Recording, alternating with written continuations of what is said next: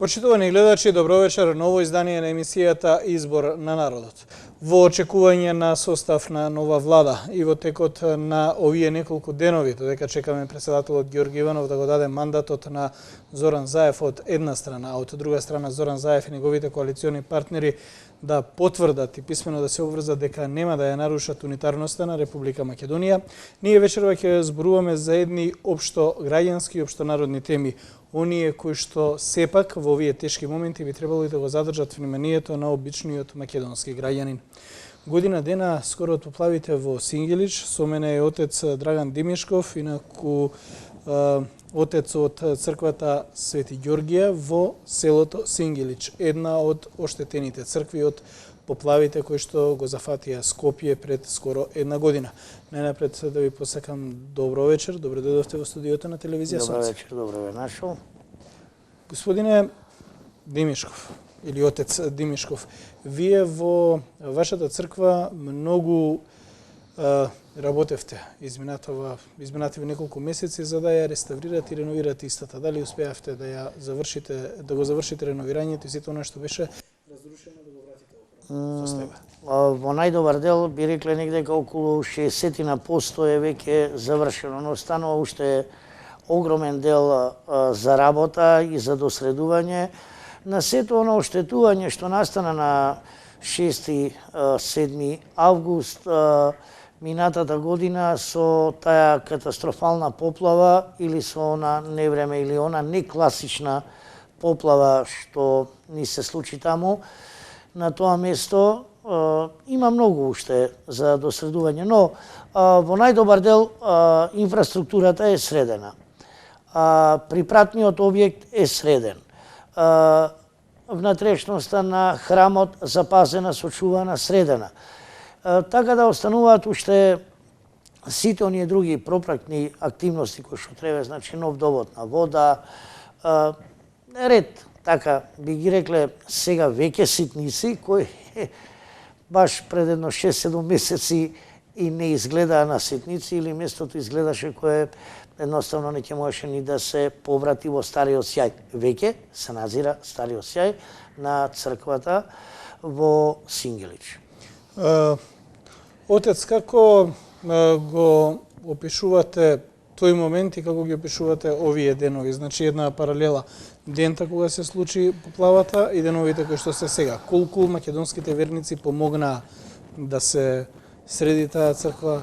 Кои беа донаторите, ако може да се сетите на дел од нив и како се да тоа помени, дали се уште има донации за досредување? Без друго, значи му се заблагодарувам на цел православен народ во Република Македонија, што не само излезе во пресрет на нашата црква за избавување и спас од таа катаклизма, туку и кон целосното население на цел тој огромен регион. Пред се, значи рековме, се заблагодаруваме на оние обични луѓе, на оние мали обични луѓе, кои несебично се вложија за помагање на санирање на штетите од тогашната поплава. Би се заблагодарил во прв ред, значи така, од прилика на сите оние донатори кои што помогнаа за време на поплавата и постен поплавата.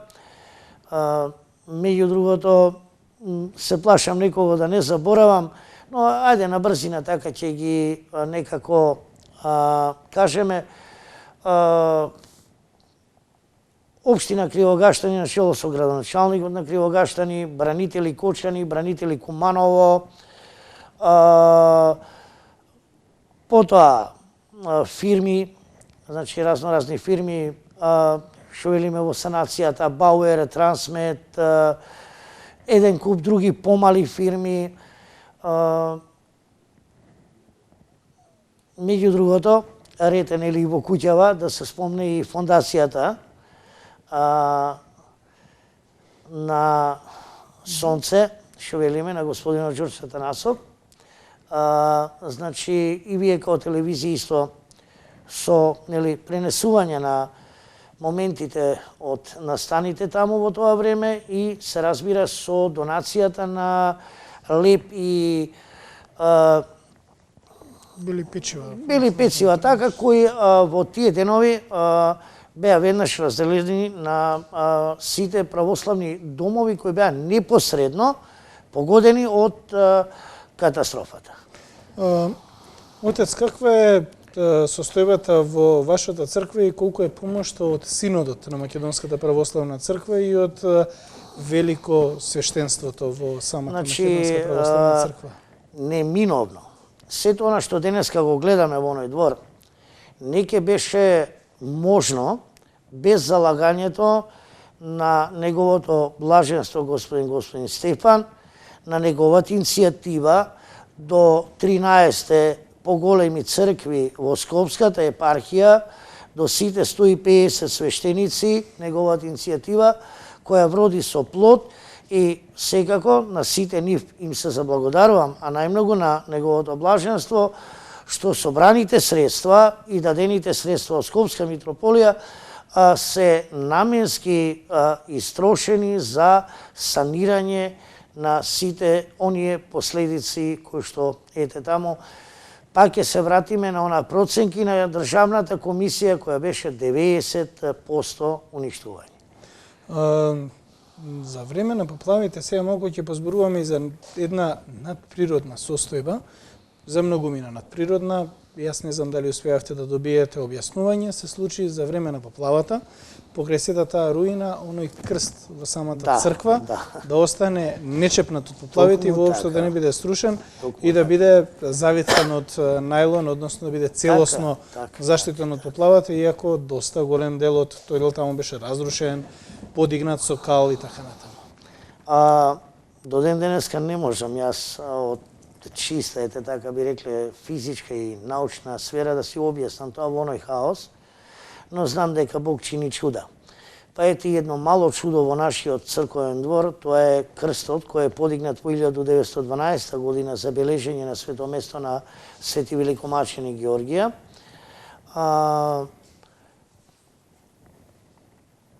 Авлијата, зидот, кој граничи со соседната улица, беше разрушен на празни места и од тука течеа реки. Па сега да доловиме колкава река би било колку една пчиња. Тука течеа 3 пчињи, така би рекле, или 2 пчињи, еден вардар, една огромна вода, 4 метра длабина доле кај поштата. Значи, каде што се самите објекти, стариот зид воопшто не попушти, остана заштитен и ги заштити црковните објекти и самиот храм на еден начин, со прилив на онаа силна вода која се движеше над 120 км на час. Воедно, ете и тој крст тука, на само 2 метри од него имаше превртено возило кое 7 метри во вис, има прескокнато преку црковната капија и паднато на покрив. Едноставно, неоштетено, без наслаги на кал и завиткано во 40 метарски најлон. Кога го расчистувавме теренот, беа потребно 12 души за да го одвлечкаме најлонот до камион. Значи, толку беше тоа, онако. Бог си го чува своето, секако дека не дозволува до крај да се осквернат светињите, храмот, ете, крстот, но во истата пригода велиме дека има тука 2 тонски скалила до храмот во близина, кои се поместени дури цели свој 4 сантиметри, а ова е толку нежно, толку кревко, не е допрено. Значи, се стои во својата правовитна состојба. Тоа е уште еден показател дека Бог не само што прави чуда, дека Бог не само што ни открива, дека Бог не подсетува и во најголемите катастрофи и во најголемите паѓања да не се откажуваме и да не паѓа нашата вера, туку напротив да биде уште поцврста. Отец, во времето на поплавите, па и потоа, колку православните верници доаѓа, го посетуваа храмот, колку беа заедно со вас свештениците, свештенослужителите внатре во самиот храм? Во целост, значи, како и до тогашната нормална соработка. Овој пат беше поинтензивна соработката, што велиме малку и маката не учи на истото, и маката не сближува, имавме истоветна мака, сите таму на тој терен, така да на еден начин беше многу интересно да се споделува таа мака и истите тие, значи тегови да се претварат и во радосни моменти, во некои шеги, да се развеселуваме и кога ни е најтешко, за да може да успееме. Така да непосредно целото население од околината, а и од регионот, беше и е присутно. Тоа е сега не учи и последниот Свети Ѓорѓе кој го прославивме Ѓурѓовден, со полн двор на луѓе, со полна црква на литургија, така да црковниот живот, значи редовното литургисување, литургијата и тој дел воопшто оваа катастрофа не го наревши, туку напротив го засили. Дали требало една ваква катастрофа за, како што велите, да се засили таа соработка, да се засили љубовта кон црквата? Дали катастрофите можеби ни се показател да се вратиме кон исконското и така натаму? Имајќи во преди дека сме македонци, можеби и тоа е валидно, но сепак не би требало тоа да биде, би требало и секое наше обично живење да биде поврзано со Бога и во име на Бога, така да многу полесно се живее во таква една заедница со луѓе кои што го нашли и пронашле Бога. Колку Македонската православна црква во последниот период е посветена кон верниците и колку истоветно верниците се посветени кон истата, бидејќи гледаме дека такво е барем чувството, јас кога одам во црква, односно веќе едноставно некогаш ти се одмилува да одеш таму кога гледате поголем дел на луѓе кои што од помодарство влегуваат во црква и ги работат обичаите, отколку што реално тоа така се прави и така се чини. Добро, лично јас градирам две категории на луѓе. Задоволен сум, дури ќе речам презадоволен од младите луѓе кои сакаат да знаат во што веруваат, сакаат да знаат за собствената традиција, сакаат да знаат за своето културно живење, за своето културно-религиско живење, и до дел на оној дел на обредоверци кои што велиме ради реда се појавуваат, или дел што велиме празникољупци кои што еднашка годишно или два пати годишно се појавуваат во храмот. Напротив, младата популација е редовита во храмовите. Во последно време и моја констатација дека се зголемува бројот на млади луѓе кои што доваѓаат да живеат со светиот дух на светата литургија, учествуваат, пеат, се молат заедно. И тоа е еден прекрасен момент кога цел тој собир заедно, значи служи, богослужи, тек тогаш се добива она чувство дека небесната и земната црква заедно слават и чествуваат. Колку пак Македонската православна црква објективно се труди да ги врати вистинските верници во црквата, повторно ќе споменам вистинските, бидејќи знаеме дека се поголем дел од луѓе, знаеме, претпоставуваме, ајде вако до што јас го имам како некакво искуство, поголем дел од луѓето е само што беше пред некое време или Великден, па потоа Ѓурѓовден, па тие се великденски пости, па кон Ѓурѓовден посебно. Колку веќе Великден и великденските пости се тоа е некаква флоскула, некакво клише. Колку реално Македонската црква православна се обиде и се обидува или вие како свештеници да го доближите вистинското постење, вистинското што значи она што треба да биде причесната. Пак ќе речам земено дека живееме во овакво време кое што живееме, во време на глобализам, монетаризам и ред други ситуации, конформизам, метросексизам и така натаму, каде што човечкиот ум се одвлекува, каде што, можеби социјалните мрежи, достапноста за една секунда на информацијата, клюкање постојано со негативна енергија на населението и некого да го одвлече настрана или во борбата за парчето лебот и така натаму, да го одвлече негде на странот. Но Ставот на православната црква е јасен. А многумина се повикани, нели? Сите се повикани да дојдат на Божиот олтар. Од таму нашите насоки, значи и оние што се однесуваат до дијаконатството, и оние што се однесуваат и во каритативниот дел, она што се однесува до проповед е целовита, неминовна и постојана. Ова го тврдам од проста причина што веќе еден огромен број на настани, постапки, потоа образовани кадри кои излагаат од нашите црковни институции, факултетот и богословијата, книгоиздателството, можноста да се даде некому по некоја книгичка, се зголемени со по, ќе речеме така, еден убав расплет на тие постапки, да можеш да појдеш кај некому, покрај тоа што ќе му однесеш едно крсте, да однесеш и Библија, или ако носиш веќе хуманитарна помош, да можеш да однесеш и една Библија, еден молитвеник и така натаму. Не само тоа, значи и она што се вика посета на болни, од социјален карактер, што викаме хуманитарен карактер, значи на оние што се семејства кои имаат потреба за помош, но и она што еве исто сега би го кажал како така еден апел, една порака, значи сите кои имаат било какви проблеми, може да се обратат до нас свештениците, не дека ние нешто некое специјално решение ќе најдеме или стиснеш ентер решен проблем, туку двигателот на духовното устройство, зашто човек како што се рага физички, така треба да се роди и духовно и да возрасте духовно. Па духот и телото да бидат една плод, што викаме, да бидат една димензија, за да може тој човек да успева понатаму.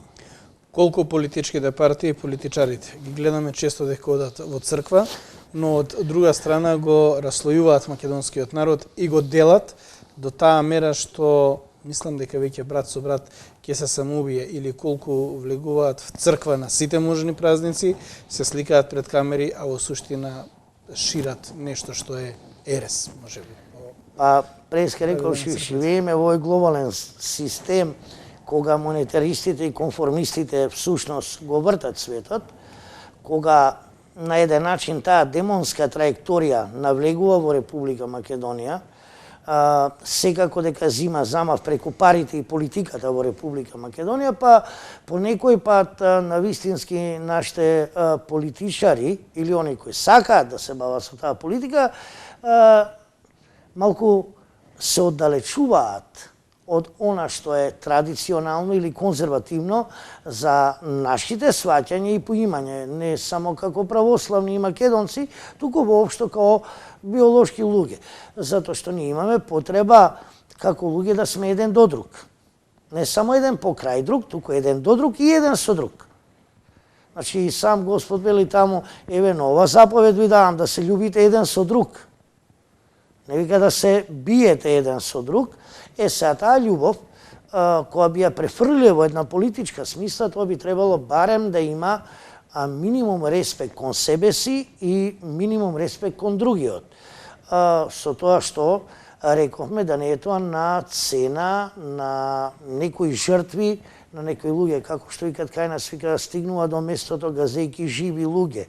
Значи нема што да се газат живи луѓе, успехот се постигнува и со еден пат на разбирање, на љубов.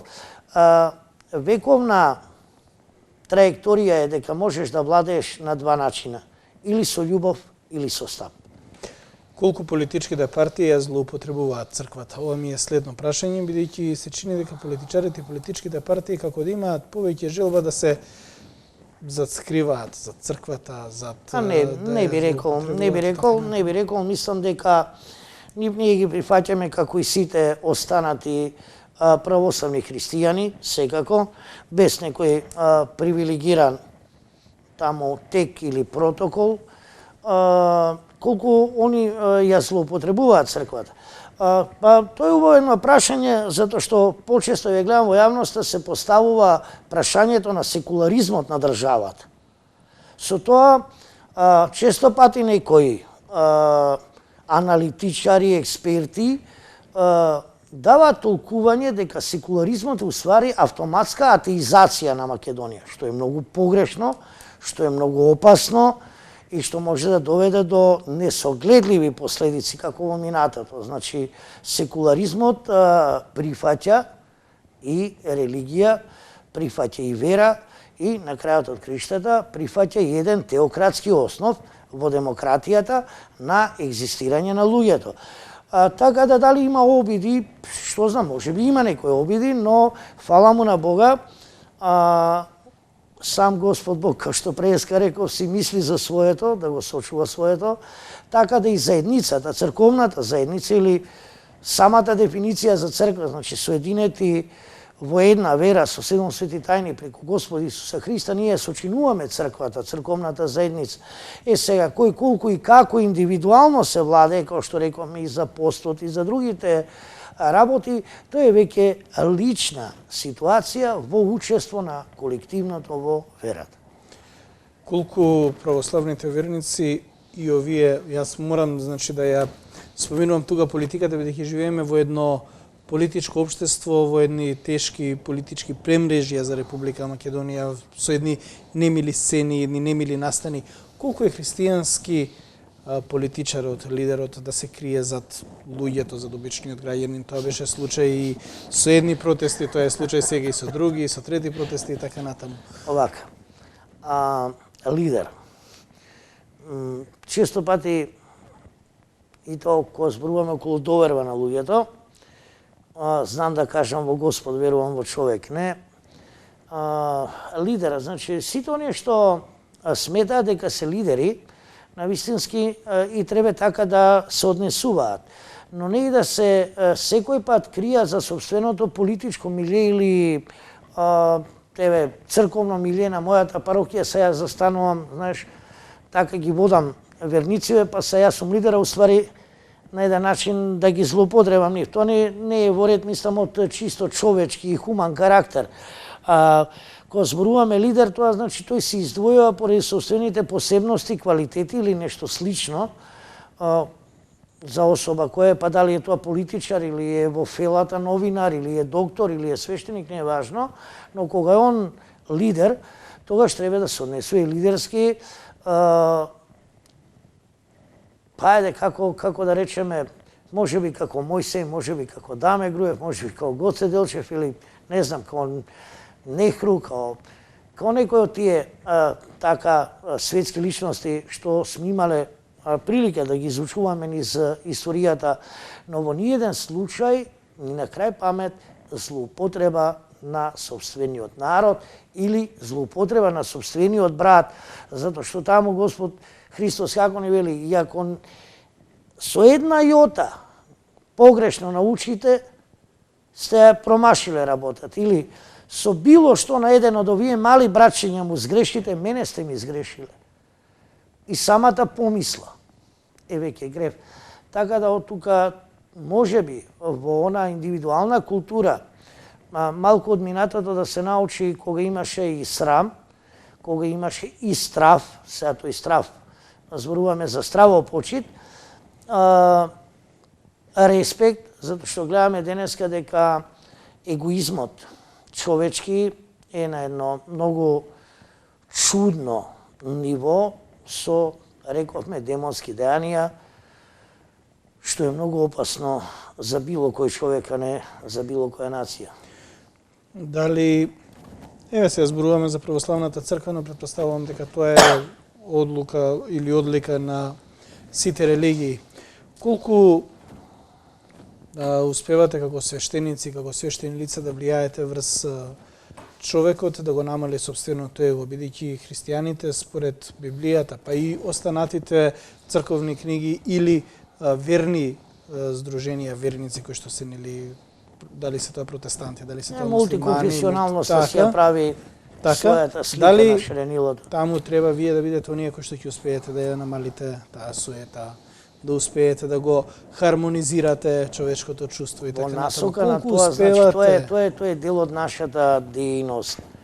Тоа е дел од нашата животна навика, значи Колку успеа таа сама бендисаност да им ја уништите на тие таа политичари? па се не се само политичарите, Претежно се политичарите, нив ги зема бидејќи тие ја водат има најмногу на приказната, телевизорот, но не значи дека еден земјоделец не е Така. сам бендисан.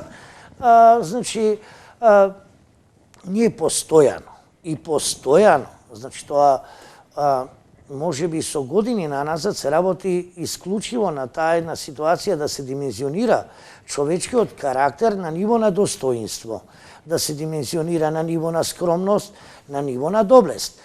Затоа што сите оние кои што се борат за престиж бргу паѓаат и пропаѓаат во општеството, но оние што се борат за дострел, тие за себе оставаат вредности на кои и некој друг ќе се поучува.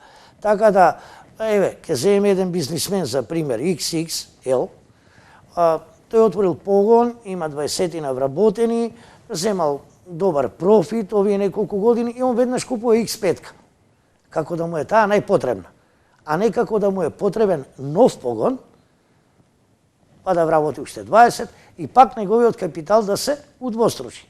Тука е проблемот, значи еве и кај можеби еве земјоделецот наместо да сочува некој што викаме за здрава исхрана култури, он гледа да има квантитет, па ќе купи најнова машинерија, најнови препарати и така натаму, ќе извади он квантитет, но квалитетот е тој кој што нема да помине можеби на пазарот. Така да суетата како суета секој сам треба да ја исфрли од себе, затоа што пред се не е и поврзана со човечкиот карактер како природна примеса на карактерот, на градба на карактерот. Таа воопшто не приличи на совеста човекова, да има човек суета. Иако, пак ќе речеме, луѓе сме, имаме право и да грешиме, нели? Немаме право секој пат да одиме по добрата патека, имаме право и да сгрешиме, затоа не сме ангели, затоа сме луѓе. Имаме право на избор. Ето, избор е сепак слободен. Малкумина знаат дека во суштина вие кога изучувате свештено училиште, во суштина имате многу филозофија во вашите книги и така натаму, па затоа може да позборувам и на малку повеќе теми, малку поопширно да опфатиме и други теми. Се надевам нема да ви пречи, но сепак е тука повезано со самото човеково битие. Колку целокупниот општествен живот во Република Македонија, колку образованието, колку критериумите се изместени целосно, така што сите некако го вперуваат прстот кон вас, свештениците, кон црквата, многумина барем тоа го прават. Вие сте тие лошите, вие сте тие кои што заработувате на маката на граѓаните, кои што возите джипови, кои што имате многу кујки, станови и така натаму. Колку, значи, паѓа тој доблест кај народот, колку образованието ни е руинирано, колку целокупното општество ни е руинирано. Преска и за таа самопочит и за таа секуларизација. Значи, кај нас, за жал, ние од минатото влечеме некои негативни концепти, негативни навики и негативни пројави. За жал, ако речем дека и после 25 години дел од комунизмот не е исчистен од нашите глави, мислам дека сум дебело во право, не зборувајќи од политичка смисла, туку од општо човечка навика или од општо жителство. За жал,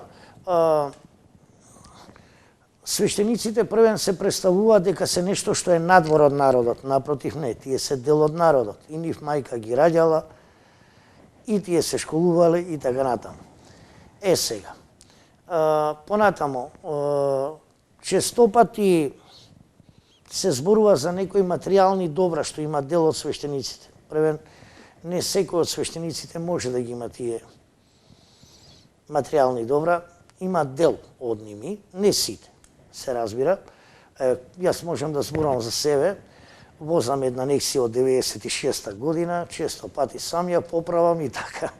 Така да, нека повели некој, нека ми љубомори слободно на незе. Живеам најнормално кој мнозинството граѓани на Република Македонија, но пак ќе речем. Значи, кај нас малку и образованието е хендикепирано, затоа што во него нема воспитание. Тоа е едно. Мислам, тој хендикеп се гледа од 90-та навамо, невидено. Значи, многу е тешко да имате едукација без вештини или некој да ги научи тие луѓе, тие деца на вештините што ги нуди образованието, на дисциплина, самодисциплина, па рековме другарство, братолюбие и така натаму и така натаму и така натаму. Тоа има многу. Денеска никој не троши време на тоа. Жалосно на вистини, тоа те рековме, и преска кажав, дека луѓето смета дека сајде, може би погрешно ќе се изразам, како да сме некои марсовци. Ние сме пак дел од народот, значи сочувствуваме со сите ситуации животни што ги носи обичното живење меѓу обичниот македонец и православец, така да воопшто не сме надвор од него. Но често пати викаат ова е надворот ваму, надворот таму. Ако за државата Игор е гласач, за црквата Игор е верник. Така да тоа е една иста личност која има две принадлежности, значи државна и црковна, и тоа не си смета едно на друго. Сега, каков политичар или каков доктор ќе биде Игор, тоа е веќе нешто друго. Тоа е веќе таа она внатрешна морална страна каде што верата помага да еден верник доктор секако е 3 пати подобар од еден атеист доктор. И се ќе речете како тоа подобар? Барем има емоции и чувства. И отпаѓа еден дел на некој човеколюбие и братолюбие. Значи не е само субјект, туку е човек на операциона маса, не е субјект. Тука е тој дел е вака. Така. Да. Оче кога се ширило христијанството, проповедниците оделе кај народот и проповедале она што е Словото Божие, што е она што Исус го учил. Дали е мој впечаток или е општ впечаток, или така само мене ми се чини дека дел од свештениците ја забораваат нивната основна максима, а тоа е придобивката на верниците кон самата црква. Колку или дали свештениците се оттуѓуваат од таа приказна, барем поголемиот дел од нив, и ги следат примерите на оние повозрастни, постари свештеници кои што живееле во едно друго време, така натаму. Напротив. Денеска, особено новите генерации на свештеници кои доаѓаат, мисијата која е дадена преку ракополагањето да проповедаат на секаде, во домовите на верниците, се зближуваат со верниците, затоа што не е лесно да правиш една жива црква доколку ако не си присутен кај тие луѓе, ако не си присутен во нивниот живот, ако едноставно не ги фатиш за рака и заедно да чекорите напред. Она што би рекле во една духовна, христијанска, педагошка смисла, е да го земеш човека за рака и да го доведеш не само во црквата како заедница, туку и во храмот на богослужение. И едноставно на тие луѓе да им се пренесе, мене ми е жал што добар дел од луѓето не си ги знаат привилегиите, имаме чул па не доразбрал, читнал па не дочитал, но не и да знае кој е каде како стои, ќе знае доколку ако редовно доаѓа на богослужение, ако дојде еднаш годишно, нема да знае и ќе му биде чудна можеби таксата, ќе му биде чудно можеби зашто стои крстот ваму или нешто слично, како што често пати еве и по медиумите и на социјалните мрежи гледаме што се случува, па некои критики и така натаму, што не држат вода и не држат место, но па ќе речеме исклучиво свештенството бара начини, индивидуални и колективни, како да се доближи, како да успее да проповета ја прилагоди за потребите и на денешното време на така наречениот модерен човек и за потребите, значи, на индивидуата, како индивидуа. Ја спомнавте таксата, јас некако не сакав да ја споменам до сега, но еве вие ја спомнавте, јас морам да се надоврзам на истата. Таксата како таква постои како ценовник во поголемиот дел од црквите. Дали или многумина можеби сметаат дека со поставување на таксите ние во суштина ставаме некаков ценовник за давање на некаква услуга, а пред се црквата, храмот би требало да биде место каде што не треба да наплаќаме за услуга, туку меѓусебно да си ја даваме услугата, верата и така натаму. Тоа е едно од најчекакливите прашања што добар дел од колегите не сакаат да го одговараат затоа што е огавно и дури можеби мизерно по нашава нација како изгледаме кога зборуваме за сето тоа. Овој пат зборувам како обичен човек, како македонец. И она што е реалната потреба и смислата на тој таксеник. Значи, во добар дел, преку тој таксеник се финансираат институциите на Македонската православна црква, од кои двете најважни, Богословскиот факултет и Богословијата. Потоа, животот и заштитата на свештениците. Значи, како свештеник ти требаш да бидеш и осигуран и ова и она и све. Сега, во наводници без пари зедовте, без пари давајте, значи е смислата на делењето на благодатта, но не и на животот од олтарот. Значи, ние кои живееме од олтарот, мора да имаме некакви примања. Многумина сметаат дека тоа се тие примања не знам какви. Јас, еве, ги замолувам, нека дојдат со мене, ќе видат, ќе имат можност да допрат, па да видат колку се тие примања и навистина дали сме го загубиле ние како македонци дарот на давање. Кога ќе речеме дар на давање, тоа е дар на помагање, дар на самообстојување и така натаму. Значи, доколку ако јас не купам леп од тоа и тоа место, нема тој да живе. Значи, како он, кога би ми го дал лебот без пари, од што ќе живе? Значи, млекото, од што ќе живе? Ово условно го кажу. Семјоделецот, пиперките, од што ќе живе и така натаму. Што значи дека во еден свет, каде што стоковната размена веќе не постои, каде што се купуваме со пари, има еден дел, значи тој таксеник, кој што архиепископскиот црковен суд го донел, е повеќе донесен, можеби, за тие умови и луѓе кои све живо им е скапо, или како еден мој пријател што кажува за нас, вика, ние сме многу домаќинска нација, секој пат штедиме на трици, а растураме на брашно, што можеби Бог знае за каде или за ништо, или за тотално непотребни работи би истрошиле некој динар, но кога е за во црква се ценкаме и така натаму и така натаму. Споредба ради. Ако едно погребение е 3000 денари, значи, опелото, сите тие спевјања, одења, застанување и така натаму. А еден сандук е 17.000 денари. Тогаш направите сами градација колку е тоа, или пак земете колку е една социјална помош. Висината на социјална помош која е во најниска сфера 3000 денари.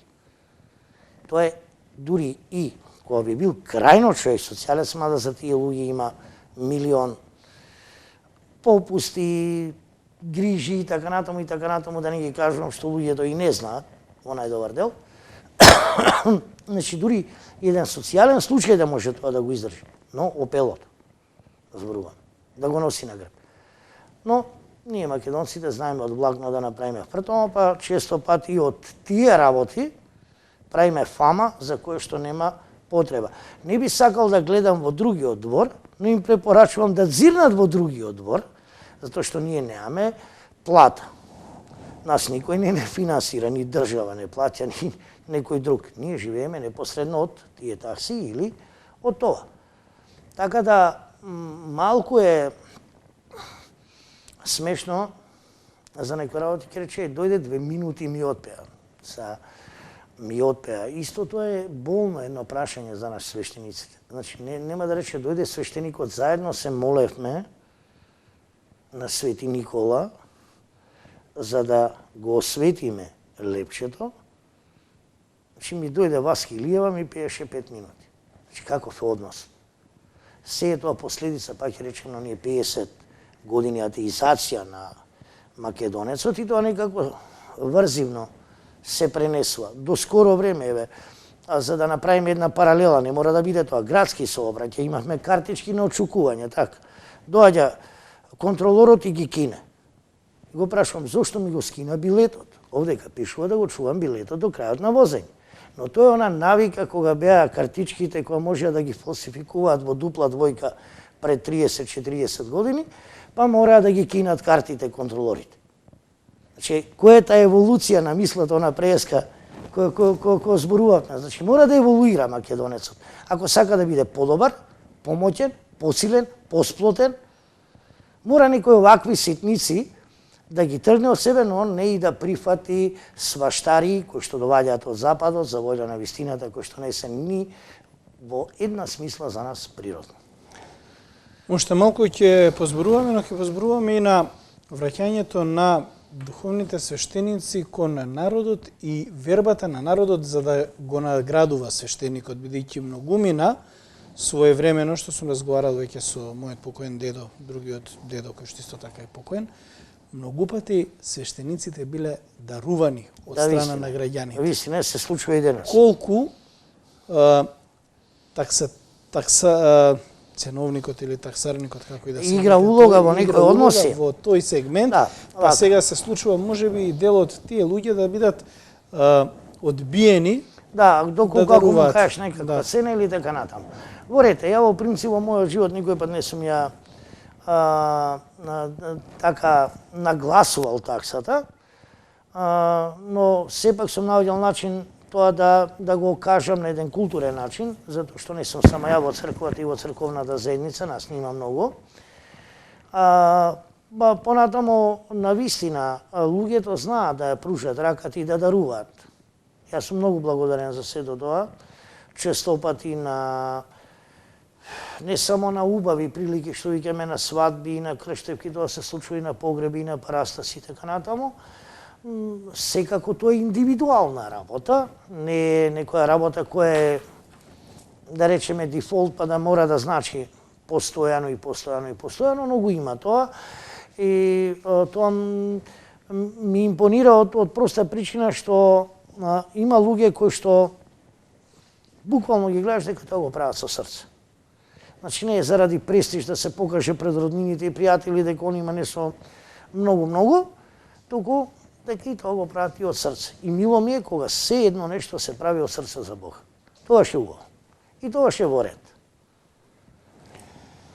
Оче, јас тука некаде полека ќе ја одјавувам емисијата, веќе 50 на минути сме во студиото на телевизија Сонце.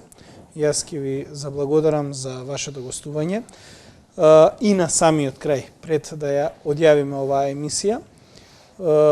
Еден апел да упатиме заедно до македонските православни верници да помогнат во да секако Свети Ѓорѓија во Сингелич, кој што е вековит и таму знам дека со векови доаѓале луѓето на поклонение. Значи, за да се сочува, запази, обнови и до изгради она место, оној убав простор, ги повикувам сите добронамерни луѓе со било што може да помогнат, не само што велиме со парични средства и со овој она, дури што велиме доколку ако може да одвојат некој слободен ден да дојдат да помогнат физички онака, што викаме со работна рака и да дружиме и да створиме нешто за храмот. Воедно, значи, пак уште една благодарност до сите оние кои што помогнаа, се најдоа и кои, и стана еден дел од нас веќе и се со нас постојано.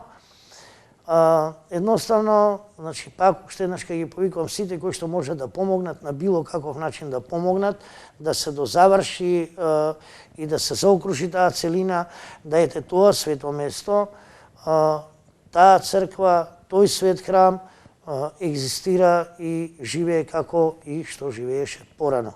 Значи, во сиот свој сјај, со сета своја молитвеност, тиховитост и прибраност, така да, еве, ќе споменеме, значи, ние сме во едно место каде што е мултиконфесионална средина, значи, не само каде што има православни, има муслимани и други, така да, и таа една коегзистенција на верски план е исто така изразена, не само кога се катастрофите во прашање, туку и, еве, вака, во обичниот живот. Само на крај, која година е изградена таа црква за прв пат, кога се поставени темелите? Црквата има повеќе етапи, значи една етапа е што велиме во време турско и нешто порано таму, неколку пати е уривана, градена, уривана, се до 1974 година кога е обновен сегашниот храм. Се надевам дека и уште неколку векови ќе живее оваа црква. Се надевам дека има голем број македонци кои што ќе успеат и ќе донираат за изградба на истата, не мора да се само од поместната епархија, од поместниот така или од Република Македонија, може и од диаспората, значи и од диаспората исто имаше доста луѓе кои што помогнаа, така да. Јас ќе ви заблагодарам уште еднаш, отец Драган Димишков беше гостин во телевизија Сонце. Чест ми е што еве лично се познаваме, имам можност да ве поканам. Телевизија Сонце ви стои отворена на располагање, доколку имате било каква потреба од апел, повик и што и да е, толку можеме да направиме да помогнеме пред се на црквата како на храмот како место каде што се собираат граѓаните, каде што се собира црквата, на храмот каде што се собира црквата. Црква е заедница на луѓе соединети во една вера преку 7 свети тајни, преку Господа Исуса Христа. Ви благодарам многу на гоштувањето. Почитувани гледачи, ви благодарам и вам на вниманието. Вечерва имавме малку порелаксиран разговор, опфативме повеќе теми со отец Драган Димишков. Се надевам дека и понатаму ќе останете на фреквенцијата на телевизија Сонце во мир, што ви рекле оците и свештените лица, и да се видиме за добро веќе следниот четврток. До гледање.